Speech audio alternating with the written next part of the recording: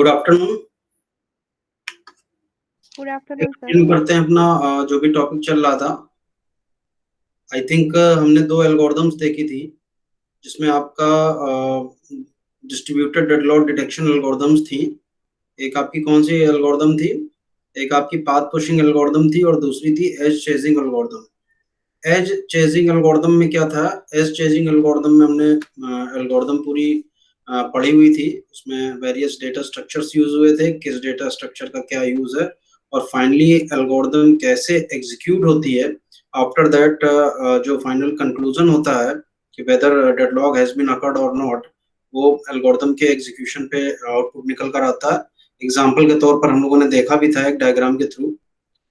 Next जो हमारा algorithm थी that is path pushing algorithm was totally conceptual algorithm. There were no data structure used in that particular algorithm.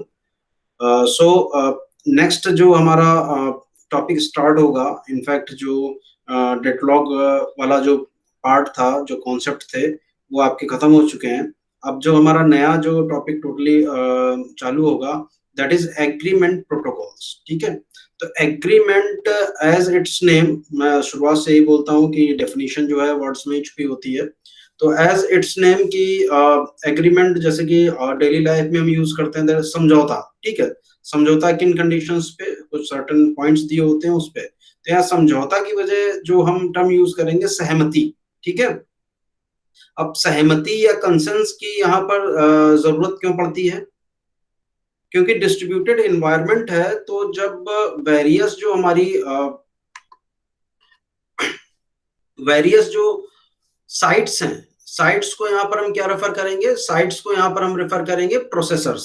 ठीक है, processors, जैसे process बोलते थे यहाँ पर प्रोसेसर्स बोलेंगे, क्योंकि वो प्रोसेसर्स बोलने का एक रीजन है। जितनी भी साइट्स आपकी ऑपरेट कर रही होंगी, ठीक है, वो कुछ ट्रांसमिट करेंगे, रिसीव करेंगे और फाइनली कुछ कंप्यूटेशन के बाद वैल्यूज प्रोवाइड कराएंगी। ठीक है, इसलिए हम उसको प्रोसेसर्स बोल रहे हैं। तो जितनी भी हमारी साइट्स हैं वो ग्लोबली किसी, क्योंकि डिस्ट्रीब्यूटेड सिस्टम में आपको पता है कि कोई भी साइट या कोई भी नोड या कोई भी प्रोसेसर रैंडमली कभी भी जुड़ सकता है, कभी भी डिस्ट्रीब्यूटेड सिस्टम का पार्ट नहीं हो सकता है, लीव कर सकता है।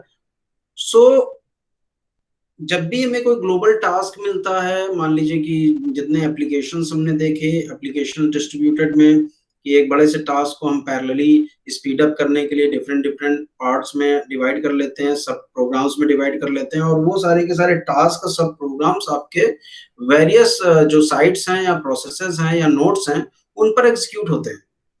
सो आपको यहीं से हमारा जो एग्रीमेंट प्रोटोकॉल है या एग्रीमेंट वाला जो कॉन्सेप्ट है वो शुरू होता है। कैसे शुरू होता है? कि जब डिस्ट्रीब्यूटेड है हमारा task over the network on different different nodes, different different processors, तो हमें फाइनली जो आउटपुट मिलेगा वो आउटपुट की वैल्यू क्या होगी, या सिंपल एक ब्रॉड एग्जांपल के तौर पर अगर हम बात करें कि एक कॉमन कंसर्न की बात कर रहे हैं, कि अगर हम पूछें कि whether our task has been completed और नॉट, या आवर टास्क इज सक्सेसफुल और नॉट, तो सक्सेसफुल और नॉट के बीच की जो आपके पास जो गैप है उसको कैसे हम यहाँ पर खत्म करेंगे कि ईच एंड, क्योंकि जो हमारा एक बड़ा सा टास्क है वो डिस्ट्रीब्यूट किया है आपने, डिवाइड करते हुए वेरियस प्रोसेसर्स, वेरियस नोड्स के को आपने एलोकेट किया है। तो अनटिल अनलेस वो सारे के सारे नोड्स, वो सारे के सारे प्रोसेसर्स अपना आउटपुट नहीं दे देते, तब तक हम ये कंक्लूड नहीं कर पाएंगे कि जो हमारा सक्सेसफुल और अनसक्सेसफुल की जो बात कर रहे हैं वो एग्जैक्टली यहाँ पर हुआ है कि नहीं है।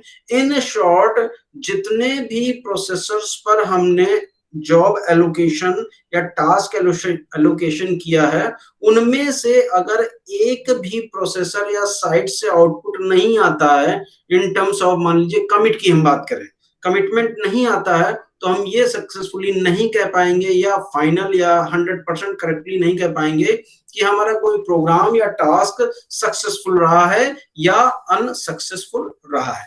बात समझ में आ रही है? Yes sir. हाँ, तो अब इसमें थोड़ा सा टेक्निकल स्पेसिफिकेशंस पे आ जाते हैं कि मान लीजिए कि हम सक्सेसफुल की बात करें that is represented by 1, and जो अनसक्सेसफुल की बात कर रहे हैं that is represented by 0। 0 1 starting से लेकर चलते चले आ रहे हैं, वैल्यूज कुछ भी हो सकती हैं, कुछ भी वैल्यूज हो सकती हैं, क्योंकि सिंप्लिसिटी के लिए हम 0 और 1 ले लेते हैं। तो यहां पर क्या हुआ है कि अनटिल अनलेस सारी की सारी साइट से हम 1 रिसीव नहीं कर लेते हैं, तब तक कि ये हम नहीं कंक्लूड कर पाएंगे कि वेदर हमारा जो डिस्ट्रीब्यूटेड जो कमिट है वो हुआ है या नहीं हुआ है। इस पे हम रिलेट करेंगे आपका एक मैंने एल्गोरिथम आपको बताई थी टर्मिनेशन डिटेक्शन में, हुआंग टर्मिनेशन डिटेक्शन एल्गोरिथम थी। तो उसमें क्या होता था कि टर्मिनेशन डिटेक्शन जब मैंने एक्सप्लेन किया था तो वो नेसेसिटी है। क्यों नेसेसिटी है? नेसेसिटी इसलिए है कि भाई डिस्ट्रीब्यूटेड है तो हर एक जो प्रोसेस है या हर एक जो प्रोसेसर है या हर एक जो साइट है, ठीक है, वो अपना टास्क कंप्लीट कर चुकी है कि नहीं कर चुकी, ये कैसे पता चलेगा? ठीक है, तो उसके लिए हमारे पास एल्गोरिथम है। तो कुछ उसी से आप यहाँ पर रिलेट कर लीजिए इन टर्म्स ऑफ कमिटमेंट या इन टर्म्स ऑफ जो भी है अबॉर्ड, कि पर्टिकुलर टास्क हमारा कमिटेड है कि नहीं है। भाई एक दूसरे की जो एग्रीमेंट की जो हम बात कर रहे हैं, तो एग्रीमेंट में क्या होता है कि कॉमन पॉइंट्स होते हैं जिसपे दोनों पार्टीज या नंबर ऑफ पार्टीज एग्री करती हैं। तो यहाँ पर जो 0-1 की वैल्यू की जो हम बात कर रहे हैं, उनमें से कोई भी वैल्यू या एक कोई भी कॉमन वैल्यू, न्यूमेरिक वैल्यू, वो आप क्या करते हैं, वेरियस जो हमारे नोड्स हैं, जो प्रोसेसर्स जिनको हम टर्म दे रहे हैं, साइट्स को प्रोसेसर्स बोल रहे हैं, वो जो कि स्कैटर्ड हैं, जो कि डिस्ट्रीब्यूटेड है over the network on different geographical areas. So जब तक कि वो सारी की सारी वैल्यूज जो है अपनी पास नहीं कर देते हैं, तब तक कि हम ये अश्योर नहीं हो पाते हैं कि भाई बाकी की सबकी क्या स्टेटस है। भाई लैक ऑफ जो हमारा ग्लोबल क्लॉक है और लैक ऑफ जो शेयर्ड मेमोरी है या एब्सेंस ऑफ शेयर्ड मेमोरी है, उसको ओवरकम करने के लिए ही हम ये सारी चीजें ले रहे हैं, क्योंकि हमें अप टू डेट इंफॉर्मेशन या जितने भी डिस्ट्रीब्यूटेड सिस्टम के पार्ट्स हैं, कंपोनेंट्स हैं, वो एक दूसरे की up to date information achieve नहीं कर पाते। ठीक है, तो इस तरह के बाय मैसेज पासिंग हमें ये सारे के सारे प्रोसीजर्स फॉलो करने पड़ते हैं। तो एग्रीमेंट, जैसा कि नाम मैंने बोला है कि डिस्ट्रीब्यूटेड सिस्टम में आपकी जो साइट्स हैं, जो प्रोसेसर्स हैं, ठीक है, वो देखिए अभी तक हम लोग डिस्ट्रीब्यूटेड सिस्टम की जब डेडलॉक की बात कर रहे थे अभी तक प्रीवियस में, तो क्या होता था, कंपटीशन होता था। किसके लिए कंपटीशन होता था?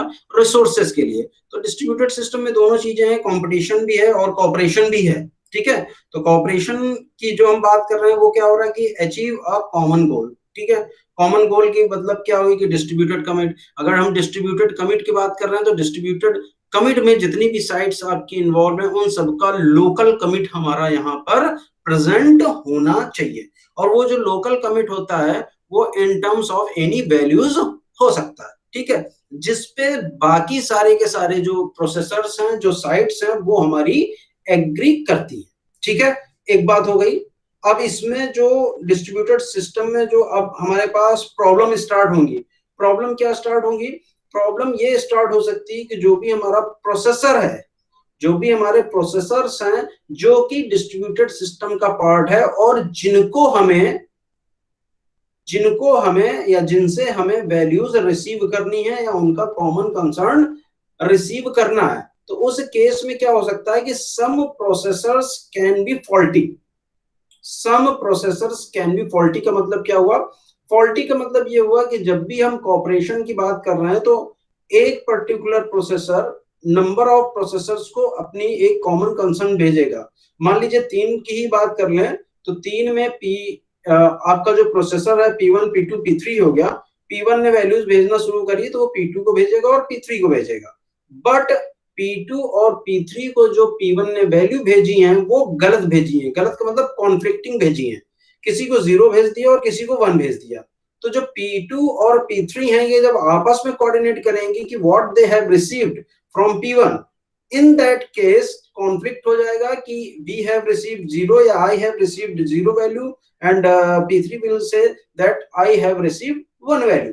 तो ये फॉल्टी प्रोसेसर जो है वो कॉन्फ्लिक्टिंग वैल्यूज हमारे प्रोड्यूस कर सकते हैं। तो यहाँ पर एजम्पशंस के तौर पर जो फॉल्टी प्रोसेसर्स हैं उनकी वैल्यू को हम निग्लेक्ट करते हैं, इग्नोर करते हैं।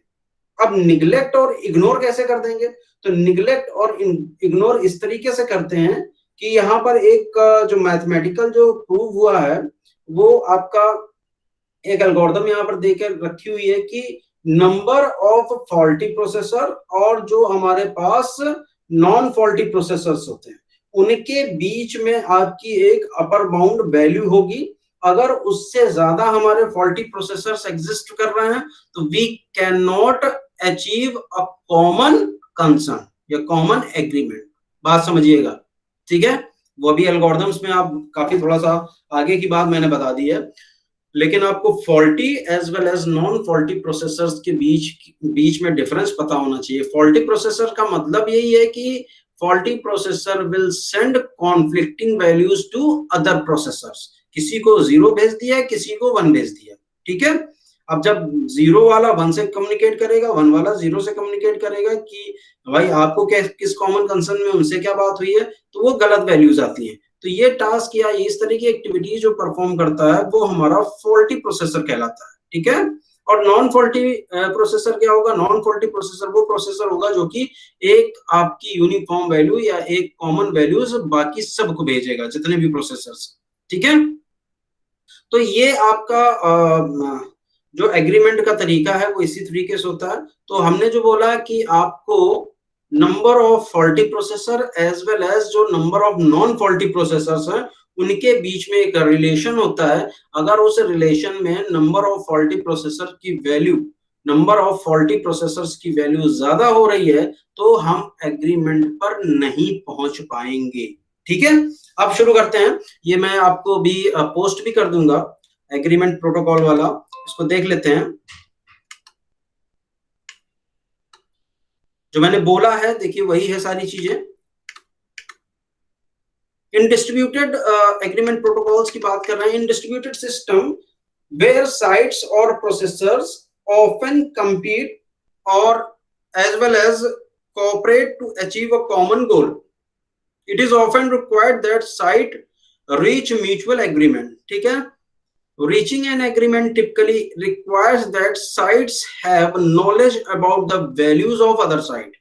For example, in distributed commit, जो एग्जांपल के तौर पे जो डिस्ट्रीब्यूटेड कमिट की बात कर रहा है, जो मैंने अभी आपको एक्सप्लेन किया था कि डिस्ट्रीब्यूटेड कमिट में क्या होगा कि नंबर ऑफ साइट्स जो आपकी इन्वॉल्व होंगी, जो कि डिस्ट्रीब्यूटेड होंगी ऑन डिफरेंट ज्योग्राफिकल एरियाज पे, वो सारी की सारी जब तक अपना लोकल कमिट नहीं एक दूसरे को बताते तब तक हमारा डिस्ट्रीब्यूटेड कमिट सक्सेसफुल नहीं माना जाएगा। A site should know the outcome of local commit at each site, ठीक है। When the system is free from failure, an agreement can easily be reached among the processors or site. तो free from failures की जो बात करी जा रही है इसमें आपके नंबर ऑफ फॉल्टी प्रोसेसर्स भी इंक्लूड होंगे और साथ ही साथ कम्युनिकेशन जो चैनल है या कम्युनिकेशन के जो स्टेप्स हैं वो भी यहाँ पर आपके मैटर करेंगे। For example, processor can reach an agreement by communicating their values to each other and then by taking a majority vote or minimum, maximum, mean etc of those values, ठीक है। तो ये देखिए मैंने जो बोला था कि 0 1 हम सिंप्लिसिटी के लिए लेते हैं, लेकिन उसके अलावा भी कई सारे आपके अल्टरनेटिव्स हो सकते हैं। फॉर एग्जांपल की मेजॉरिटी जो हो गया आपका वो तो कॉमन है भाई, ठीक है, 0 1 भेजिए, 0 भी होंगे 1 भी होंगे, तो जो भी मेजॉरिटी हुआ उसको हमने कंसर्न मान लिया कि ठीक है जिस वैल्यू पर हम एग्री करेंगे। मिनिमम की बात करेंगे, मैक्सिमम जो होगा, मीन, मीडियन भी होता है, मीन से अच्छा मीडियन आता है, आप लोगों को पता होगा।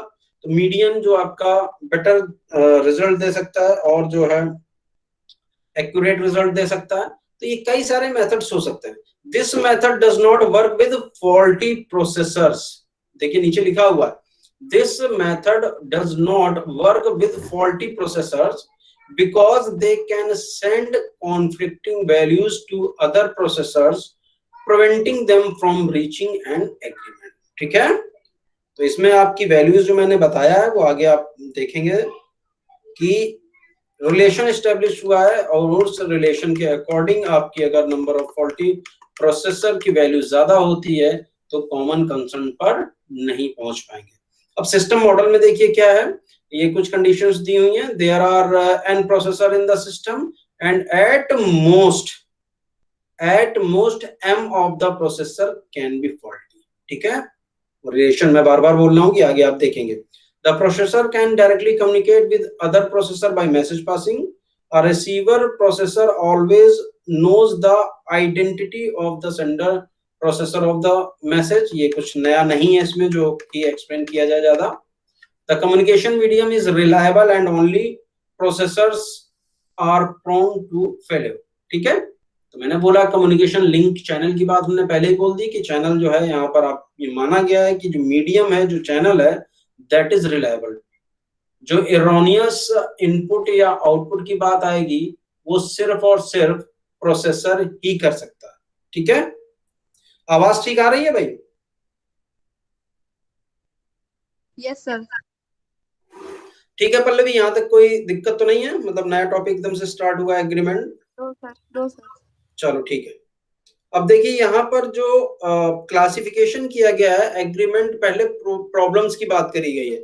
तो एग्रीमेंट प्रॉब्लम्स जो हैं वो डिस्ट्रीब्यूटेड सिस्टम में तीन आपकी यहाँ क्लासिफाई है। यहाँ पर Byzantine agreement problem, consensus problem and interactive consistency problem.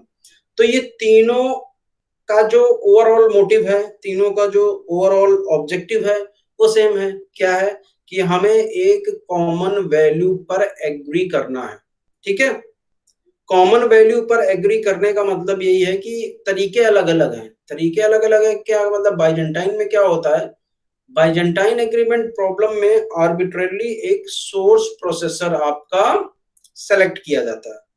आर्बिट्ररली एक सोर्स प्रोसेसर को सेलेक्ट किया जाता है और वो सोर्स प्रोसेसर हमारा क्या करता है, वैल्यूज को ब्रॉडकास्ट करता है। ठीक है, और जो वैल्यू ब्रॉडकास्ट हो रही है उसी सिंगल वैल्यू पर बाकी अदर जो नॉन फॉल्टी प्रोसेसर हैं वो एक कॉमन एग्रीमेंट पर या कॉमन वैल्यू पर एग्री करते हैं। ठीक है, ये बाइजेंटाइन एग्रीमेंट प्रॉब्लम में होता है। कंसेंसस में क्या होता है कि सब अपनी इनिशियल वैल्यू भेजते हैं। ठीक है, और जो भी एक कॉमन वैल्यू होती है उस पर एग्री कर जाते हैं। इंटरेक्टिव कंसिस्टेंसी में क्या होता है, वेक्टर ऑफ वैल्यूज होता है। ठीक है, तो शुरू करते हैं, अलग अलग देख लेते हैं क्या है।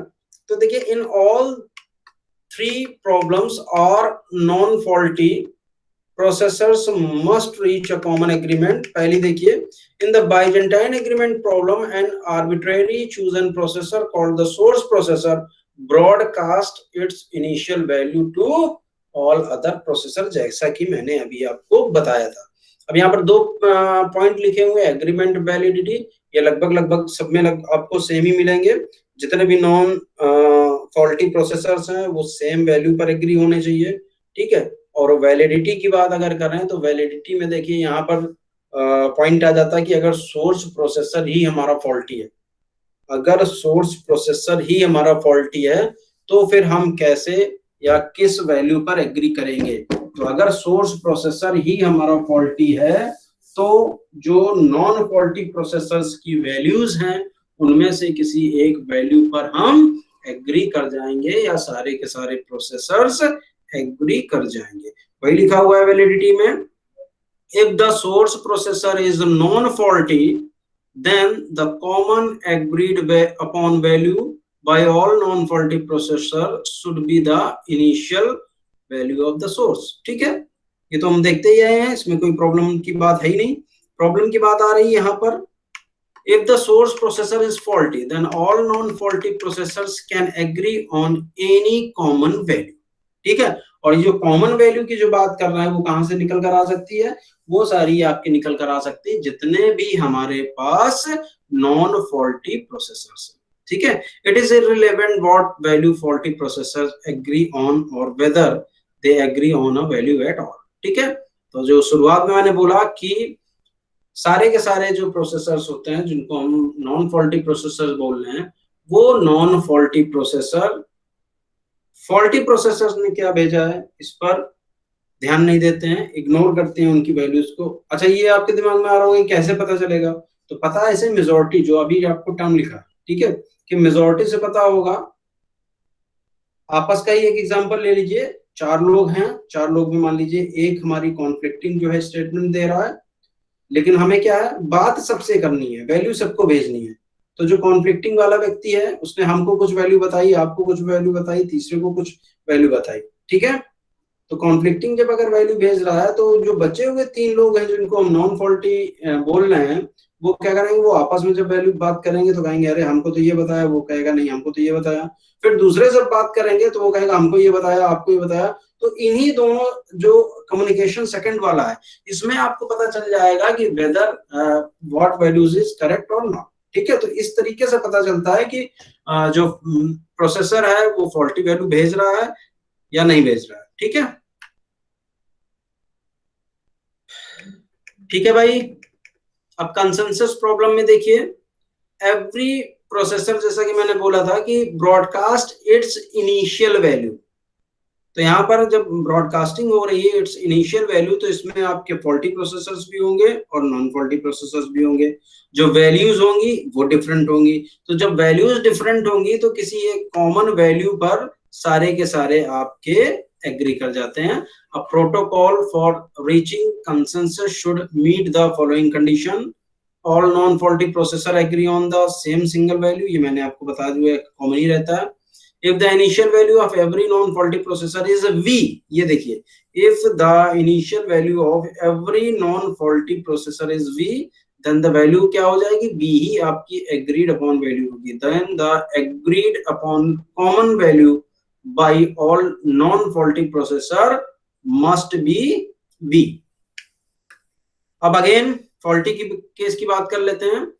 Important point is that if the initial value of non-faulty processors are different, then all non-faulty processor can agree on any common value। तो ये दूसरा पॉइंट क्या लिया है, दूसरा पॉइंट इनफैक्ट इसमें 3 पॉइंट है नीचे दिया हुआ, जिस पॉइंट का मैं जिक्र करना चाह रहा था। अब एक तो V सबने भेजी इनिशियल वैल्यू, या ऐसा हो सकता है कि इनिशियल वैल्यू आपकी डिफर कर सकती है नॉन फॉल्टी के केस में भी, सबकी इनिशियल वैल्यू कुछ और हो सकती है। तो जो ये जब इनिशियल वैल्यू कोई और हो सकती है, तो किसी भी एक कॉमन वैल्यू पर नॉन फॉल्टी प्रोसेसर हमारे एग्री कर सकते हैं। Again don't care what value faulty processor agree on. ठीक है, यस सर। 4 लोग हैं सिर्फ। चलिए रिकॉर्डेड लेक्चर भेज दूंगा।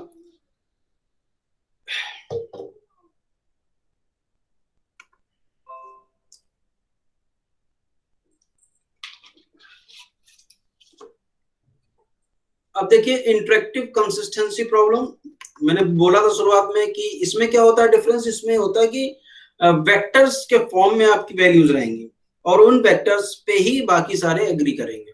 ठीक है, मतलब एट ए टाइम होगी तो एक ही वैल्यू, ठीक है, लेकिन वेक्टर्स के फॉर्म में होगी वो।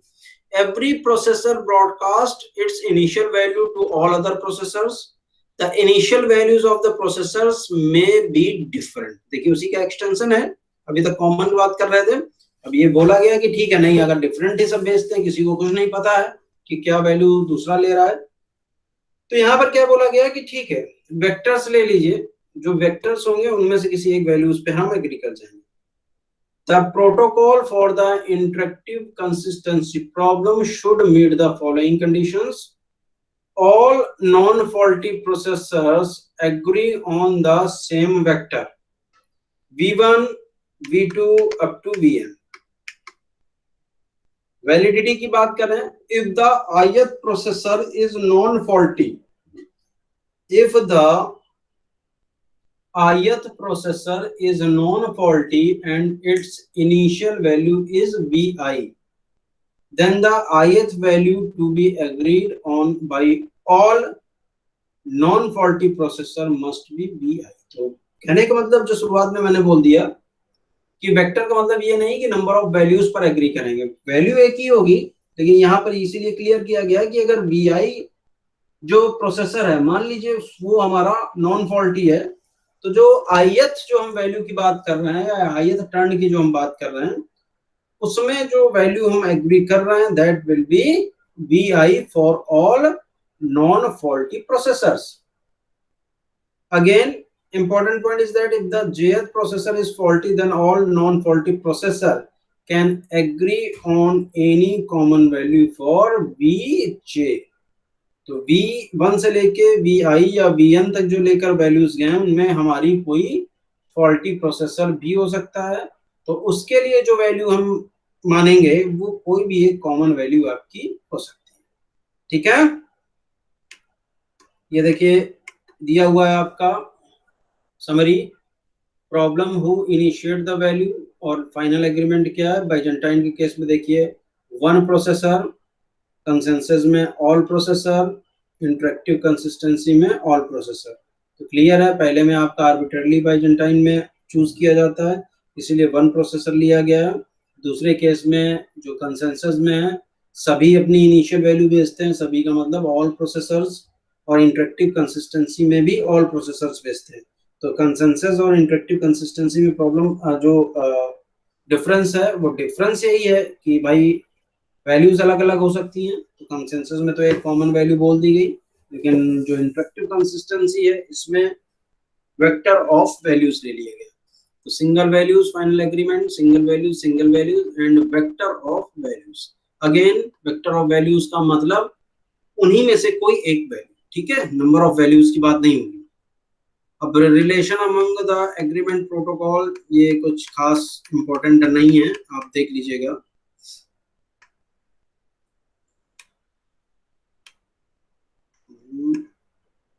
डबल पेज हो गया है, ये देख लीजिएगा जरा, aspects of recognising the agreement protocols. तो एसिंक्रोनस वर्सेस सिंक्रोनस कंप्यूटेशन। तो जो सिंक्रोनस कंप्यूटेशन होता है वो हमारा लॉक स्टेप मैनर होता है। लॉक स्टेप मैनर का मतलब क्या होता है? लॉक स्टेप मैनर का मतलब यही होता है कि सबसे पहले कोई मैसेज रिसीव करेगा प्रोसेसर, उस मैसेज के करस्पॉन्डिंग जो भी एप्रोप्रिएट एक्शन लेना होगा या ऑपरेशन परफॉर्म करना होगा वो ऑपरेशन परफॉर्म करेगा। आफ्टर दैट जो भी उसका आउटपुट होगा या फॉर एग्जांपल उसका एक्नॉलेजमेंट ही होगा, वो इसके बाद आपका आगे सेंड करेगा। यानी कि पहले रिसीव करिए मैसेज, लॉक हो गया रिसीव करने के बाद जब लॉक हुआ तो एप्रोप्रिएट जो भी एक्शंस हैं वो परफॉर्म करिए। एक्शंस परफॉर्म करने के बाद मे भी आपको उसका आउटपुट सेंड करना हो तो उसके बाद आप आउटपुट सेंड करिए, या एक्नॉलेजमेंट आपको देना है तो उस एक्टिविटी का आप acknowledgement again in the form of message passing forward करेंगे आप जो भी डेस्टिनेशन है या जो भी आपका कम्युनिकेटिंग प्रोसेसर है। तो this is called lock step manner, ठीक है। तो ये सिंक्रोनस कंप्यूटेशन होता है। एसिंक्रोनस में लॉक स्टेप मैनर नहीं होता है। अब इसका मतलब क्या हो गया? इसका मतलब यही हो गया कि कभी भी मैसेज आप रिसीव करें और कभी भी आप कंप्यूटेशन परफॉर्म करें और कभी भी मैसेज आप सेंड करना शुरू कर दें। तो ये लॉक स्टेप मैनर यहाँ पर आपका फॉलो नहीं होता है। तो देख लीजिए सामने लिखा हुआ है, in synchronous computation processes in the system run in lock step manner, ठीक है। तो लॉग स्टेप मैनर आपको मैंने बता दिया कि क्या होता है। इसी तरीके से आपका एसिंक्रोनस के बारे में देखिए नीचे दिया हुआ है। तो लॉग स्टेप मैनर में नहीं होता है वो आपका, किसी भी समय कोई भी प्रोसेस आपकी क्या होगी, या प्रोसेसर मैसेज सेंड कर सकता है, कंप्यूटेशन परफॉर्म कर सकता है और या मैसेज रिसीव कर सकता है। अब ये पेज जो आपके सामने दिया है इसमें एक चीज नहीं दी हुई है। अब मैं आपसे ये पूछना चाहूंगा कि इन दोनों पॉइंट्स का, ये दोनों कॉन्सेप्ट्स का जो सिंक्रोनस एसिंक्रोनस कंप्यूटेशन दिया हुआ है, इसका एग्रीमेंट प्रोटोकॉल में क्या मतलब जरूरत है। अब आप ये बताइए कि एग्रीमेंट प्रोटोकॉल में एसिंक्रोनस या सिंक्रोनस कौन सा कंप्यूटेशन आपका वर्क करेगा।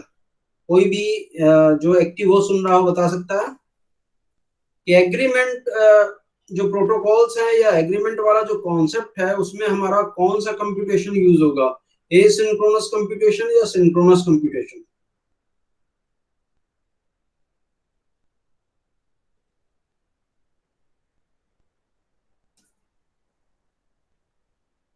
सर शायद सिंक्रोनस। कौन सा? शायद सिंक्रोनस। Yes sir. मतलब सिंक्रोनस सुटेबल है या सुटेबल नहीं है?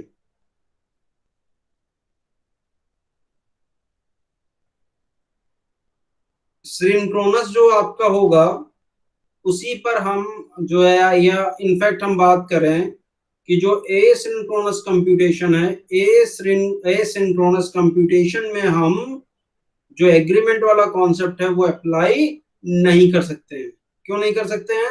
सिंपल सी बात है, लॉग स्टेप अगर कॉन्सेप्ट को आप देखेंगे तो वो आपका यहाँ पर जो कंसर्न की बात कर रहे हैं उस पे एग्री करता है सब। अगर लॉग स्टेप मैनर नहीं होगा तो दूसरे का मैसेज आए या ना आए, हम अपना फाइनल सबमिशन दे रहे हैं, ठीक है। This happens in asynchronous computation, ठीक है। Okay sir. तो एसिंक्रोनस कंप्यूटेशन में आपका एग्रीमेंट वाला कॉन्सेप्ट अप्लाई नहीं होगा या सॉल्व नहीं कर पाएंगे किसी कॉमन, ठीक है।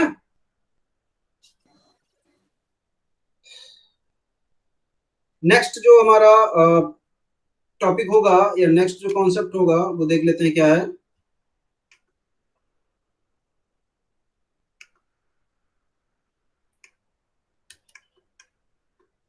मॉडल्स ऑफ प्रोसेसर फेल्योर्स, ठीक है।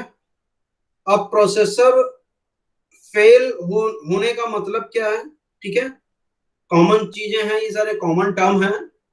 ये कॉमन टर्म्स आपने जब फेल्योर मॉडल वगैरह है वहां पर भी देखा होगा। क्रैश फेल्योर का मतलब क्या होता है? क्रैश फेल्योर का मतलब होता है जैसे बोलते हैं ना कि अब सिस्टम क्रैश हुआ, तो प्रोसेसर के टर्म्स में या साइट के टर्म्स में ये बोलेंगे कि जो सिस्टम है या जो प्रोसेसर है या जो नोड है या जो साइट है that stops working. Stops working का मतलब टोटली डैमेज हो गया, ड्यू टू सम डैमेज या ड्यू टू सम एरर, वो सिस्टम वो प्रोसेसर आपका जो जिस पर्टिकुलर रिस्पॉन्सिबिलिटी के लिए वो डिजाइन किया गया है उसको फुलफिल नहीं करता है और वो रिज्यूम भी नहीं होता है। This is called crash fault या क्रैश फेल्योर। रिज्यूम होने का मतलब क्या होता है? रिज्यूम होने का मतलब कि कुछ टाइम के लिए आपका ऑपरेशन रुक गया, आफ्टर सम टाइम वो ऑपरेशन वहीं से शुरू हो गया, तो इसको रिज्यूम बोलते हैं, ठीक है। पॉज एंड रिज्यूम, ठीक है। तो ये क्रैश में पॉसिबल नहीं है। ओमिशन फॉल्ट में क्या होता है? ओमिट्स, ओमिट्स का मतलब होता है मिटाना। अब processor omits to send messages to some processors. तो ये आपका क्या हो गया? ये आपका जो पाथ है, जो लिंक है या इनफैक्ट जो प्रोसेसेस हैं, जो प्रोसेसेस हैं वो उसमें क्या हो जाता है कि नंबर ऑफ प्रोसेसर्स को मैसेज सेंड करना है तो कुछ नंबर ऑफ प्रोसेसर्स हमारे क्या हो जाएं? इग्नोर हो जाएं, जिनको मैसेज नहीं भेजा जाता। This is called omission fault. And malicious fault में आपको पता है कि प्रोसेसर जब मलिशियस फॉल्ट में किसी को कुछ, ठीक है, आर्बिट्रेरली कुछ भी वैल्यूज भेजना शुरू करते हैं।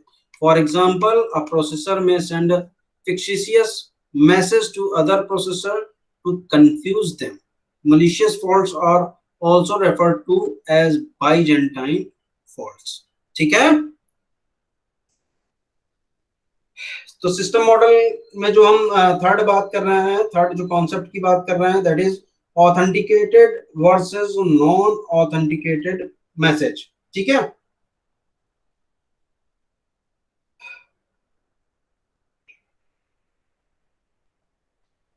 ऑथेंटिकेटेड और नॉन ऑथेंटिकेटेड आपका जो टर्म है आपके लिए नया नहीं है। यानी कि जो मैसेजेस की अगर टाइप्स की बात करें तो there are basically two types of messages, authenticated messages and non authenticated messages. तो आपको भी क्लियरली पता है कि ऑथेंटिकेटेड मैसेजेस जो होते हैं उसमें किसी भी तरह का फोर्ज पॉसिबल नहीं है, किसी भी तरह का मॉडिफिकेशन या आप जिसको बोलते हैं नॉन रिपोर्टिएशन, ये सारी चीजें पॉसिबल नहीं है। यानी कि मैसेज अगर किसी ने रिसीव किया है तो उसको एक्सेप्ट करना होगा कि they have received messages. Message जो हमारे पास रिसीव हुआ है उसके कंटेंट्स की अगर बात करें तो contents can not be changed, ठीक है। तो वही चीज लिखी हुई है in an authenticated message system a faulty processor can not forge a message or change the contents of a received message। जैसे फॉरवर्ड करना होगा तो उसी मैसेज को एज इट इज फॉरवर्ड किया जाएगा। Authenticated message is also called a signed message, ठीक है। नेटवर्क में पढ़ा होगा आप लोगों ने, बहुत ज्यादा हमारा ये पार्ट नहीं है, ये थोड़ा सा ब्लर हो रहा है, मैं आपको बता दे रहा हूँ पढ़ के। In a non authenticated message system a faulty processor can forge a message and claim to have received it from another process or change the contents of received message before it relays the message to other processors. Relays या forward, ठीक है. A non-authenticated message is also called as oral message, ठीक है. oral message, oral होता है ना, message digest वगैरह आपने सुना होगा. मैसेज डाइजेस्ट सुना है पल्लवी? Yes sir. हाँ, तो वो इसीलिए यूज होता है ना, इंटीग्रिटी और ये नॉन रिप्रोड्यूशन, इन सबको रोकने के लिए. यस सर, इंटीग्रेटेड हाँ, तो और नॉन ऑथेंटिकेशन ऑथेंटिकेटेड मैसेज में ये सारी चीजें एग्जिस्ट नहीं करेंगी, तो they are prone to this type of conflict या दिस टाइप ऑफ प्रॉब्लम्स, ठीक है. Yes sir. परफॉर्मेंस जो एस्पेक्ट्स हैं वो आपको पता ही हैं. Message traffic, storage overhead and time. तो परफॉर्मेंस जो एस्पेक्ट की बात कर रहे हैं, तो एग्रीमेंट प्रोटोकॉल्स में generally there are 3 metric for judging or to determining the performance of a particular algorithm. First one is time, second one is message traffic, and third one is storage overhead. तो time की अगर हम बात करें तो क्या मतलब हुआ टाइम का? टाइम का मतलब ये हुआ कि जितनी भी एल्गोरिथम्स हमारी एग्रीमेंट प्रोटोकॉल्स या प्रोटोकॉल्स की बात करें, एल्गोरिथम बोल जाइए, जितनी भी प्रोटोकॉल्स हैं उनमें कितना टाइम लग रहा है टू कंटेन या to gain a common concern, ठीक है. This is time. Number of messages की बात बाद में करेंगे कि कितना टाइम एक प्रोटोकॉल को लगता है to achieve a common concern, ठीक है. मैसेज ट्रैफिक का मतलब ही पता है कि नंबर ऑफ मैसेजेस रिसीव्ड. किसी कॉमन कंसर्न तक पहुंचने के लिए नंबर ऑफ मैसेजेस कितने एक्सचेंज हुए हैं, ये आपका सेकंड परफॉर्मेंस मेट्रिक है या एस्पेक्ट्स हैं. एंड स्टोरेज ओवरहेड का मतलब क्या हुआ? स्टोरेज ओवरहेड का मतलब कि जितनी भी इंफॉर्मेशन है that is needed to be stored at processors, ठीक है, during the execution of a protocol. तो प्रोटोकॉल जब एग्जीक्यूट हो रही है तो जो इंटरमीडिएट मैसेजेस हैं या जो मैसेजेस हैं जिनको प्रोसेसर्स को स्टोर करना है, तो स्टोरेज ओवरहेड है. स्टोरेज ओवरहेड में और भी कई सारे पैरामीटर्स आ जाएंगे कि जो हमारे पास मेमोरी की कैपेसिटी है वो कितनी होनी चाहिए, ठीक है, या मेमोरी रिक्वायरमेंट कितनी होनी चाहिए. तो किसी भी प्रोटोकॉल के लिए ये 3 आपके पास परफॉर्मेंस मैट्रिक्स हैं जो कि आपकी डिसाइड करेंगे कि विच protocol is better. Time, message traffic and storage overhead, ठीक है. Yes sir. अब देखिए सोल्यूशन टू द, इसके बाद अब ये सारी चीजें हो गई.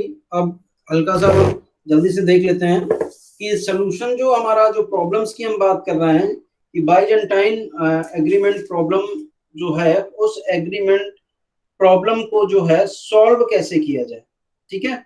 तो जो सोल्यूशन है, तो सोल्यूशन के अकॉर्डिंग आपका फिर से अगेन वही चीज है, कुछ मिलती जुलती चीजें होंगी, ठीक है. देख लेते हैं जल्दी से. कुछ 4 सॉल्यूशंस दिए हुए हैं. इन 4 सॉल्यूशंस में हम कुछ 3-4 जो कॉन्सेप्ट्स हैं उनको देखेंगे. मैथमेटिकली प्रूविंग भी है उसकी, वो भी देखेंगे. तो solution to Byzantine agreement problem. The Byzantine agreement problem was first defined and solved by Lampard. It is also called as the Byzantine general problems. General का मतलब जो मिलिट्री वाला है, जो आर्मी वाला, वही जनरल यहाँ पर आपका यूज हो रहा है, ठीक है. क्यों? क्योंकि वहां पर क्या था कि डिफरेंट, आपको पहले से भी आपने ये स्टोरी पढ़ी होगी, नेटवर्क में भी पढ़ी होगी कि डिफरेंट जनरल पूरा का पूरा अटैक को प्लान किया होता था एनिमी पे, और डिफरेंट पार्टीशंस पे जो आर्मी होती है, ठीक है, पार्ट में डिवाइड हुई और उनको एक सेम टाइम पर अटैक करना था किसी लोकेशन पे, ठीक है. वहां पर क्या होता है, वहां पर तो फिजिकल व्यू तो होता नहीं है, सिर्फ और सिर्फ मैसेज पासिंग के थ्रू ही आपका काम चलता है, जो भी वॉकी टॉकी या व्हाटएवर जो भी है आपका, ठीक है. तो मैसेज पासिंग के थ्रू ही आपका जो कॉमन कंसर्न है एग्रीमेंट है वो आपने एग्रीमेंट अचीव किया, कंफर्म किया, जितनी भी आपकी जो आर्मी थी टुकड़ों में डिवाइड हुई थी, सारे के सारे डिवाइडेड जो आर्मी थी, ठीक है, और इसके बाद अटैक हुआ। तो इसलिए हम इसको बोलते हैं Byzantine general problems, because the problem reassemble a situation where the team of generals in a army is trying to reach agreement on an attack plan। ये आप देखिएगा उसमें आपका टेनन बॉम्ब में नेटवर्क की किताब में अच्छे से दिया भी हुआ है, ठीक है। पूरा जो उन्होंने दिया हुआ है वही सारी चीजें दी हुई जो मैंने आपको अभी एक्सप्लेन किया, क्योंकि फिजिकल व्यू नहीं है, सिर्फ मैसेज पासिंग के थ्रू ही आपका चलेगा। उस समय तो अभी तो वॉकी टॉकी यूज कर रहे हैं, एट दैट टाइम मैसेंजर्स होते थे, ठीक है। द तो मैसेंजर्स का काम क्या था? मैसेंजर्स के काम में यही है कि आपका कॉन्फ्लिक्टिंग या फॉल्टी मैसेंजर्स या फॉल्टी प्रोसेसर जो बात कर रहे हैं वो हो सकते हैं, ठीक है। The general R located at geographical distant positions and communicate only through messengers. देखिए मैसेंजर्स आ गए यहाँ पर वॉकी टॉकी की जगह। वॉकी टॉकी आपका अपडेटेड अभी का है, एट दैट टाइम मैसेंजर्स थे। It is obvious that all the processors must exchange the values through message to reach a consensus। यहाँ पर जो प्रोसेसर्स हैं वो मान लीजिए टीम है, ठीक है, और मैसेंजर्स जो है वो आपके मैसेज पासिंग है, ठीक है। मैसेज पासिंग जो है उसमें कॉन्फ्लिक्टिंग वैल्यूज हो सकती है। Processors send their values to other processors and relay received values to other processors, ठीक है। एक ने दूसरे को भेजा, दूसरे ने तीसरे से कंफर्म किया, पहले ने भी तीसरे को भेजा, इस तरीके से कॉमन कंसर्न बनती थी। During the execution of the protocol faulty processors may confuse other processors by sending them conflicting values or by relaying to them fictitious values, ठीक है। तो यही एक प्रॉब्लम है कि जो हमारे फॉल्टी प्रोसेसर्स हैं या जो इन बिटवीन आपकी टीम्स हैं या जो मैसेंजर्स हैं, मैसेंजर्स ने फॉल्टी मैसेज पास किए कुछ आपकी टीम्स को, जिसकी वजह से पूरा का पूरा अटैक या पूरा का पूरा हमारा जो जनरल वाली अगर बात करें या प्रोसेसर्स की बात करें वो फेल हो जाएगा, ठीक है। तो उस केस में हमारे पास कुछ नंबर ऑफ सॉल्यूशंस हैं। अगर हम उन सॉल्यूशंस को फॉलो करेंगे तो सॉल्यूशंस को फॉलो करते हुए हम एक कॉमन कंसर्न पर पहुंच सकते हैं, ठीक है। जैसे कि सबसे पहले दिया हुआ है the upper bound on the number of faulty processors. पहला सबसे इंपॉर्टेंट पॉइंट है कि हम एग्रीमेंट को अचीव कर पाएंगे या कॉमन कंसेंसस पर पहुंच पाएंगे या नहीं पहुंच पाएंगे। ये सबसे पहले डिपेंड करने के लिए हमें नंबर ऑफ फॉल्टी जो प्रोसेसर्स हैं उनकी वैल्यूज कम से कम होनी चाहिए। और कम से कम होने का मतलब कि वो थ्रेशोल्ड वैल्यू क्या है, जिस थ्रेशोल्ड हो वैल्यू तक हमारी number of faulty processors exist कर सकती हैं। उसके ऊपर अगर जाते हैं तो हम कॉमन एग्रीमेंट अचीव नहीं कर पाएंगे, ठीक है। तो first one is the upper bound on the number of faulty processors. इसी का इम्प्लीमेंटेशन दिया हुआ है जो नेक्स्ट हमारी एल्गोरिथम दी हुई है, an impossibility result, an impossibility result. Third one is Lamport Shostak Pease algorithm and fourth one Dolev et al algorithm, ठीक है। तो ये थर्ड तीन तक पढ़ेंगे, लास्ट वाली हम स्किप करेंगे जल्दी से। ये जो आपका upper bound on the number of faulty processors दिया हुआ है इसको देख लेते हैं कि जो हमारा थ्रेशोल्ड वैल्यू दी हुई है वो ये दी हुई है। देखिए लोअर बाउंड आपका n-1 डिवाइडेड बाई 3 और इसी का इम्प्लीमेंटेशन आपका इम्पॉसिबिलिटी और रिजल्ट में दिया हुआ, ठीक है।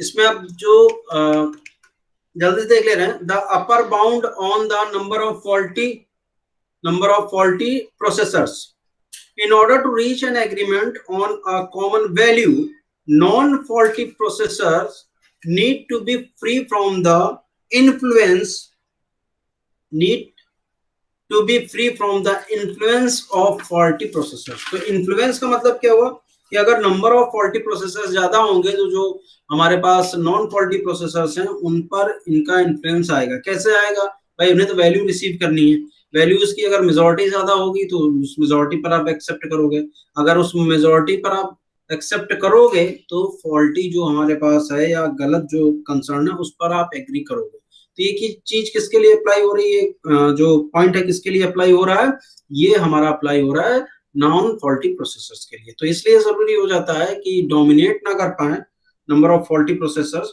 तो उनकी वैल्यूज कितनी होनी चाहिए ये दिखाया गया है इसमें। If the faulty processors dominate in number they can prevent non faulty processor from reaching a consensus. ये मैं बता चुका हूं अभी। Thus, the number of faulty processors should not exceed a certain limit of a consensus is to be reached.